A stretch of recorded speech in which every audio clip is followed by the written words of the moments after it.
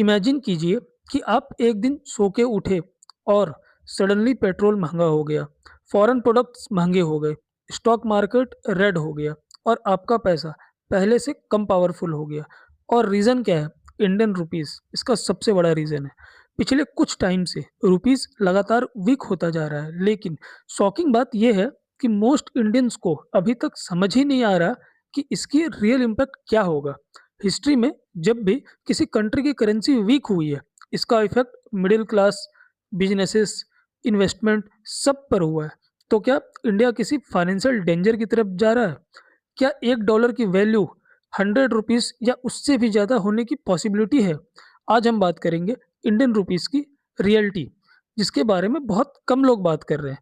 भारतीय रुपए वीक होने के कई कारणों में से एक मेन कारण है ट्रेड डेफिसिट, यानी कि व्यापार घाटा। सिंपल लैंग्वेज में बात करें तो हम जितना सामान विदेशों से खरीदते हैं और जितना सामान हम विदेश में बेचते हैं, उन दोनों के बीच का डिफरेंस, हम जितना सामान विदेशों में बेचते हैं, उससे कई गुना ज़्यादा सामान हम विदेशों से खरीदते हैं। जैसे gold, silver, oil, fertilisers, electronics item और बहुत सारे आइटम्स हैं। और इन सब सामान को खरीदने के लिए हमें डॉलर में पेमेंट करनी होती है, जिसके लिए डॉलर की डिमांड बढ़ जाती है। अगर सारे देश ऑब्वियस सी बात है सिर्फ डॉलर को ही ढूँढेंगे तो करेंसी तो वीक होगी ही। तो इतना ज़्यादा हमें डॉलर की रिक्वायरमेंट पड़ जाती है कि जो हमारी खुद की करेंसी है वो वीक होती जा रही है। अगर हम सिर्फ अप्रैल मंथ का ट्रेड डेफिसिट देख लें तो वो है 2,70,000 करोड़ का हमें लॉस हुआ है। यानी हमने इतने का सामान कम बेचा। हमने सामान ज़्यादा खरीद लिया, बेचा ही हमने कम। अब देखते हैं कि हमने ज़्यादा डॉलर किस सामान को खरीदने में खर्च किया है। गोल्ड खरीदने में हमने करीब 53,000 करोड़ खर्च किए हैं।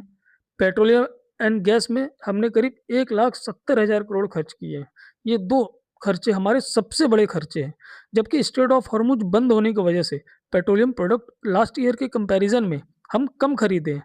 लेकिन क्रूड ऑयल की प्राइसेज़ बढ़ने की वजह से इस सेक्टर में हमें ज़्यादा खर्च करने पड़े हैं।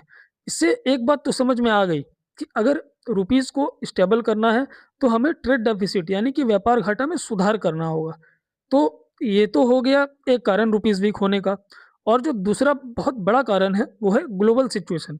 ऐसा नहीं कि इसका इम्पैक्ट सिर्फ इंडिया पे हुआ, बहुत सारे देश हैं जिस पे इसका इम्पैक्ट हुआ। क्योंकि India top oil importer countries में से एक है।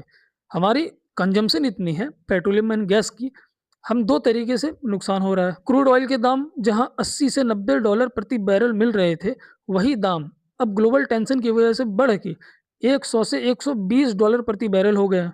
तो पहले तो यहाँ दाम बढ़ने की वजह से हमें नुकसान हुआ और जब डॉलर की इतनी डिमांड हो गई, तो हमारी करेंसी वीक हो गई। अब हमें डॉलर खरीदने के लिए ज़्यादा पैसे देने पड़ रहे हैं, तो हमें यहाँ भी नुकसान हुआ। अब बात करते हैं कि इसका कॉमन मैन पे क्या फ़र्क पड़ेगा। अगर पेट्रोल हम इतना महँगा खरीदेंगे, तो गवर्नमेंट जल्द ही पेट्रोलियम प्रोडक्ट्स पे दाम और बढ़ाती जाएगी।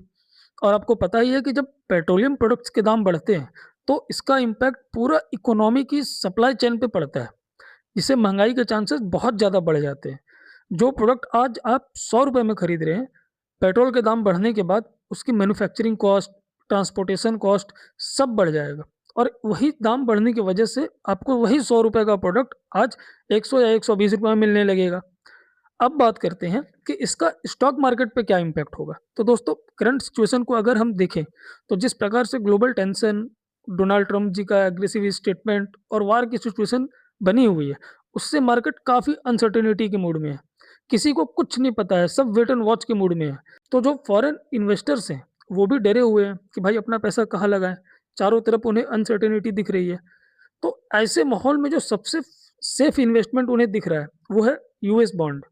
क्योंकि जो फॉरेन इन्वेस्टर्स हैं, वो चाहते हैं कि उनका पैसा सेफ हो, जहाँ भी इन्वेस्ट हो और अच्छा उन्हें रिटर्न मिलता रहे। बहुत ज़्यादा रिटर्न ना मिले, कम से कम सेफ रिटर्न मिले, लॉस ना हो। और इंडिया जैसे मार्केट और कई देश के ऐसे मार्केट है जहाँ पे बहुत सारी अनसर्टेनिटी दिख रही है। तो इसकी वजह से वो सारा पैसा यूएस शिफ्ट कर रहे हैं। और ऐसा नहीं कि सिर्फ इंडिया के मार्केट से फॉरेन इंस्टीट्यूशनल इन्वेस्टर्स अपना पैसा निकाल रहे हैं। कई देश हैं, साउथ कोरिया, ताइवान के भी मार्केट से वो अपना पैसा निकाल के सेफ जगह यानी कि यूएस बॉन्ड में शिफ्ट कर रहे हैं। तो ये भी एक बड़ा कारण है शेयर मार्केट में प्रेशर का। तो दोस्तों, ये थी पूरी एनालिसिस कि रुपीस गिरने से क्या-क्या इम्पैक्ट आ रहा है अभी स्टॉक मार्केट पे और आम जनता पे। तो कैसा लगा ये आपको एनालिसिस आप ज़रूर बताइएगा। अगर चाहते हैं कि ऐसी एनालिसिस और अच्छी वीडियोज़ आप तक पहुँचती रहे, तो हमारे चैनल को सब्सक्राइब कीजिए, लाइक कीजिए और कमेंट ज़रूर कीजिए। धन्यवाद।